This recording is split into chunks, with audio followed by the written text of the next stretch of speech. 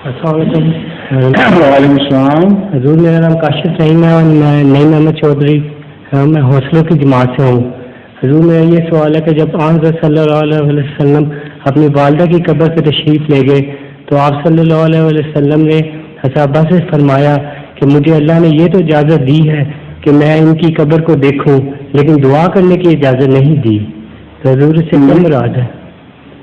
یہ ہے حدیث مسلم اور حدیث میں آتا ہے. اس حدیث میں یہ مسلم اور ابن ماجہ کا حوالہ کیا گیا ہے.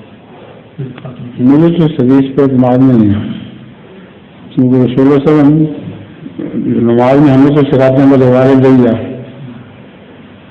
اس میں والدہ بھی آ جاتی ہیں. یہ جیسے ہو سکتا ہے کہ ہمیں تو روزانہ نماز میں پہلے والد دیا کی دعا کرنے کی تلقین کریں اور خود اپنی والدہ کے لیے دعایں پڑھیں. اس لیے اعتراض لگتا ہے ان حدیثوں میں.